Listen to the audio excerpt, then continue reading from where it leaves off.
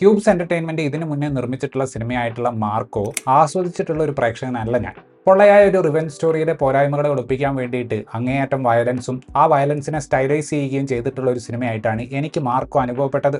സ്വന്തം കുടുംബത്തെ രക്ഷിക്കാൻ പറ്റാതെ അവരെല്ലാവരും ദാരുണമായിട്ട് കൺമുന്നിൽ കൊല്ലപ്പെടുന്നത് കണ്ട ഒരു നായകൻ എല്ലാം കഴിഞ്ഞു പോയിട്ട് ഒരു കുളിയൊക്കെ കുളിച്ച് പെർഫ്യൂമൊക്കെ അടിച്ച് കൂളിംഗ് ഗ്ലാസ് വെച്ച് കോട്ടും സൂട്ടും ഒക്കെ ഇട്ടിട്ട് കൊന്നവരെ കൊല്ലാൻ വേണ്ടിയിട്ട് പോകുന്ന അതിലെ ക്ലൈമാക്സ് എല്ലാം എൻ്റെ സെൻസിബിലിറ്റിക്ക് സാമാന്യം കോമഡി ആയിട്ടാണ് തോന്നിയത്. ആ സിനിമയുടെ നിർമ്മാതാക്കളുടെ രണ്ടാമത്തെ സിനിമയായിട്ടുള്ള കാട്ടാളൻ എന്ന പടത്തിൽ മാർക്കോയിലുള്ള ഒരു കഥാപാത്രം റിപ്പീറ്റ് ചെയ്യപ്പെടുന്നുണ്ട്. അതുകൊണ്ട് തന്നെ ഇവരുടെ ഒരു പ്ലാൻ ഇതിനെ ഒരു യൂണിവേഴ്സ് ആക്കാനായിരുന്നു എന്ന് തോന്നുന്നു. ഇൻസ്റ്റാഗ്രാമിൽ വരുന്ന ചില സ്റ്റോറികൾ കാണുമ്പോൾ യൂണിവേഴ്സിന്റെ കാര്യം വലിയ ഉറപ്പില്ല.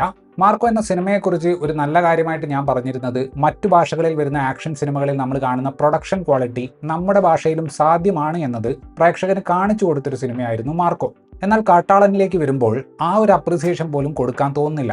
വയലൻസും ആക്ഷനും സ്റ്റണ്ടുകളും ഒക്കെ ഉണ്ടെങ്കിലും എടുത്തു പറയത്തക്ക ഒരു എലമെന്റും ഇല്ലാതെ വളരെ ഡള്ളായിട്ട് തോന്നുന്ന ഒരു സിനിമയാണ് കാട്ടാളൻ.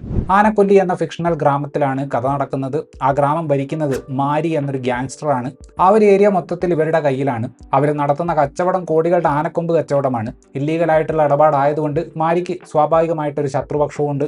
ഈ ഒരു ആനക്കൊമ്പ് യുദ്ധത്തിന്റെ സീനിലേക്ക് ആന്റണി എന്നൊരു പുതിയ കഥാപാത്രം കടന്നു വരുന്നതും അതിനുശേഷം അവിടെ സംഭവിക്കുന്ന കാര്യങ്ങളുമാണ് കാട്ടാളൻ എന്ന സിനിമയിൽ നമ്മൾ കാണുന്നത്.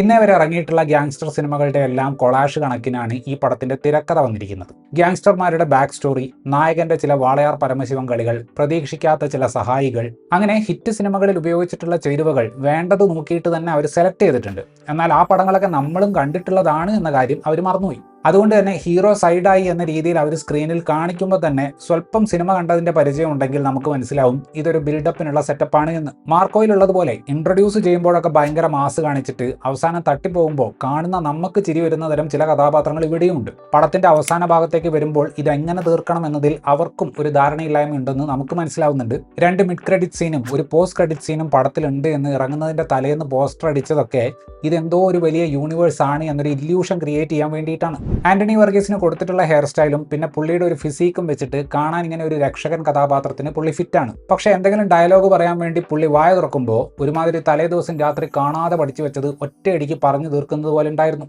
ആക്ഷനിലേക്ക് വരുമ്പോഴും വിചാരിച്ചൊരു ഗ്രേസ് മൂവ്മെന്റുകളിൽ കൊണ്ടുവരാൻ പുള്ളിക്ക് സാധിക്കുന്നില്ല. അതുകൊണ്ടാണെന്ന് തോന്നുന്നു പല സ്ഥലത്തും കട്ടുകളുടെ എണ്ണം വളരെ അധികമായിരുന്നു. മാരി എന്ന വില്ലൻ കഥാപാത്രത്തെ അവതരിപ്പിച്ചിട്ടുള്ളത് തെലുങ്ക് നടൻ സുനിലാണ്. ത്രൂ ഔട്ടുള്ള കഥാപാത്രമാണെങ്കിലും പുള്ളിയുടെ ഒരു സ്ഥിരം എക്സ്പ്രഷൻ പരിപാടിയിലാണ് സിനിമയിൽ ആ കഥാപാത്രത്തെ യൂസ് ചെയ്തിട്ടുള്ളത്. മാർക്കോയിൽ വളരെയധികം ജനശ്രദ്ധ നേടിയ കബീർ ദുഹാൻ സിംഗ് ഈ സിനിമയിൽ എഡ്ഡി എന്നൊരു കഥാപാത്രമായിട്ട് വരുന്നുണ്ട്. ഇതിൽ കാണിക്കുന്ന കാർട്ടലിലെ ബാക്കി അംഗങ്ങളുടെ അതേ പ്രാധാന്യം തന്നെ ഒരർത്ഥത്തിൽ ആ ക്യാരക്ടറിനുള്ളൂ. പക്ഷെ വില്ലന്മാരുടെ എണ്ണവും വലിപ്പവും കൂട്ടാൻ വേണ്ടി പുള്ളിയെയും ഒരു വില്ലനാക്കി. വലിയ ചാലഞ്ച് ഒന്നും ഇല്ലെങ്കിലും ജഗദീഷിന് ഈ സിനിമയിൽ പ്രാധാന്യമുള്ള ഒരു കഥാപാത്രത്തെ ലഭിച്ചിട്ടുണ്ട്. രണ്ടാം പകുതിയിൽ തുഷാര വിജയൻ വരുമ്പോഴാണ് ഇങ്ങനെ ഒരു കഥാപാത്രത്തിന്റെ ക്യാരക്ടർ പോസ്റ്റർ വന്നിരുന്നല്ലോ എന്ന് നമുക്ക് ഓർമ്മ വരുന്നത്.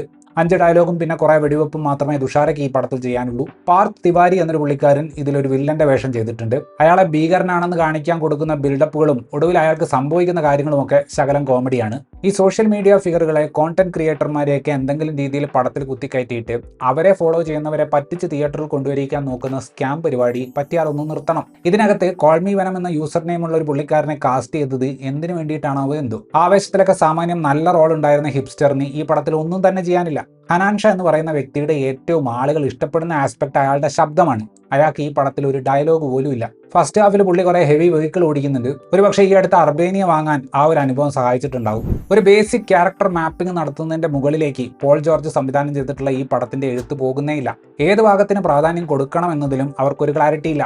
പടത്തിന്റെ ഡ്രാമയായാലും ആക്ഷൻ ആയാലും രണ്ടും പാതി വെന്ത അവസ്ഥയിലാണ്. മാർക്കോയ്ക്ക് ലഭിച്ച വിമർശനം കൊണ്ടാണോ എന്നറിയില്ല, കാട്ടാളനിലേക്ക് വരുമ്പോൾ അനാവശ്യമായിട്ട് വയലൻസ് കാണിക്കുന്ന പരിപാടി നല്ലതുപോലെ കുറച്ചിട്ടുണ്ട്. എന്തെങ്കിലും ലൗഡായിട്ട് കാണിച്ചുകൊണ്ട് പ്രേക്ഷകനെ മൊബൈലിലേക്ക് ശ്രദ്ധ പോകാതെ ഇരുത്തുക എന്ന രീതിക്കാണ് ആക്ഷൻ ബ്ലോക്കുകൾ കഥയിൽ ചേർത്ത് വെച്ചിട്ടുള്ളത്. ക്ലൈമാക്സ് ഫൈറ്റിലൊക്കെ ചില സ്ഥലത്ത് കുത്തുപൊറോട്ടയ്ക്ക് കുത്തുന്ന ലെവലിലാണ് കട്ടുകൾ വരുന്നത്. ആ ഫൈറ്റിന്റെ ഒരു സ്പേസ് കണ്ടിന്യൂറ്റി ഒന്നും നമുക്ക് മനസ്സിലാവുകയുമില്ല. ഇതെങ്ങനെയാണ് നായകൻ അടി കിട്ടിയത് എന്ന് നമ്മൾ ആലോചിച്ചിരിക്കുന്ന ഒരു അവസ്ഥയും ആവും. തായ്ലൻഡിലൊക്കെ പോയിട്ട് ഷൂട്ട് ചെയ്തിട്ടുള്ള ആനയെ വെച്ചിട്ടുള്ള സീനൊന്നും വിചാരിച്ചൊരു ആവേശം ഉണ്ടാക്കുന്നില്ല. രവി ബസ്രൂറിന്റെ സേഫ് സോണിലുള്ള ടൈപ്പ് തീം മ്യൂസിക്കും പശ്ചാത്തല സംഗീതവും ഒക്കെയാണ് ഈ പടത്തിനുള്ളത്.